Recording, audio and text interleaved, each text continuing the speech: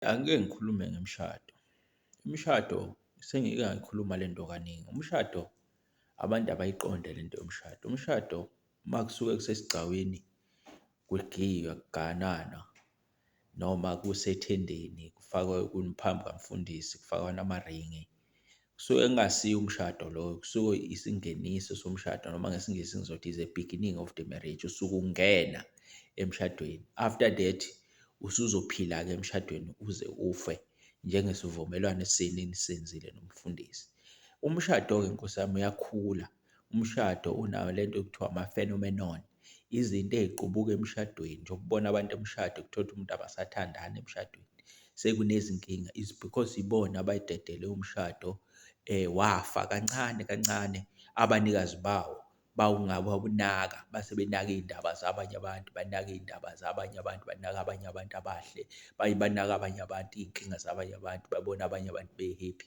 Akekho umuntu o-happy, akekho umuntu o-happy when it's come to umshado, when it come to umjolo, come to ini, ngoba abaningi abantu bafuna ukungena emshadweni, abasemshadweni bafuna ukuphuma.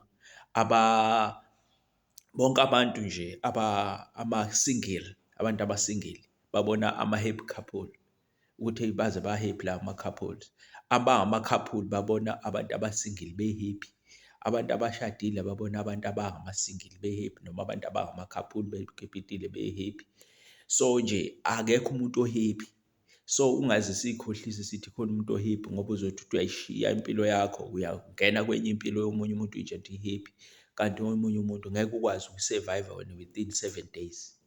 So abantu abazame ukufunda uku-appreciate-a nokuzifundisa nokusukumela izinto ama-challenges emshado yabo beze beyinqobe, ngoba angeke ungene emshadweni ngephutha. Ngaphandle-ke uma uthe wangena emshadweni wangena mhlampe unga-understand-ile noma uphoqelekile izimo ey'thize zomhlaba zikuphoqa, vele uzoba nenkinga lapha. Kufanele ungene emshadweni ube nenkinga yokuthi uphoqwa isimo esithile somhlaba noma isimo esithile. Njengokuthi abantu bethathe, akufanele uthathe isinqumo ucasukile, akufanele uthathe isinqumo ngoba unosizi, kufanele uthathe isinqumo uze uthathe isinqumo esi-permanent ngesimo esi-temporary. Akufanele, kufanele ushade kanti wena ushadiswa ukuthi kunesimo esithile esi-temporary esiwenza ukuthi uthathe lo mshado ngoba lezi zinto ezi-permanent. So engizama ukukusho ukuthi uzohlupheka uze ufe uhleli endaweni ongayi-deserve, ongengene ngesimo esithizeni kanti isimo siyadlula, ngoba azikho izinto ezingadluli. Ungangeni emshadweni kanti wenziwa isimo esithize. Ngena emshadweni ngoba nakho vele sekufanele ushade, usu-ready for that.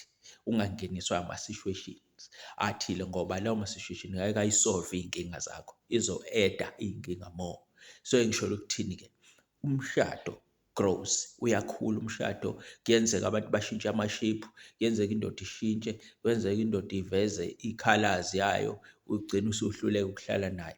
Kubalulekile-ke ukuthi wazi ukuthi zonke iy'nkinga ozofesana nazo emshadweni uzokwazi ukuthi uy'mele.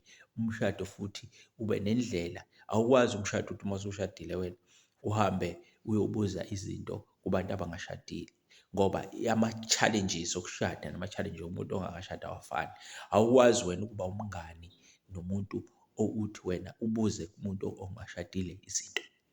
Uzoba nenkinga emshadweni wakho ngoba bazokutshena izinto zabo eziwumsangano laphana woku-cheat-a, ngoba bona bayakwazi ukulala. Umuntu ongashadile uyakwazi ukulala engariphothi indawo. Uyakwazi ukuthi uma ethi ngiyalala la ngiyalala, uma kuthi ngiyolala ekhaya ngiyalala ekhaya, methi ngiyayithanda le yansizwa le ngifuna ukuyiqoma uyayiqoma njalo.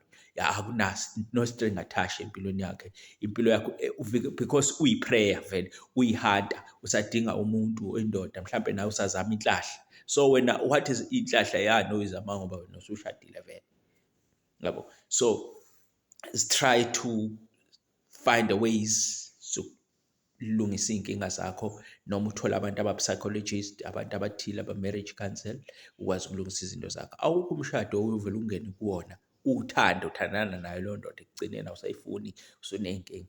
Kufuneke kunezinye izinto ezingama-spirit ezikhona, kufanele zibreak. Kunezinye izinto ey'dalwa izitha zemindeni, ngoba nithi nishada nje imindeni, kube nemindeni ehlukene phakathi engayifuni leyo nto, nenye imishade imindeni yakini wena ntombazane nemindeni yakubo wendoda, uthole ukuthi nje ithi le nto ifuneka iphele. So you have to find a ways how to defeat those things and check ukuthi yini le yenza ukuthi singabe sisazwana.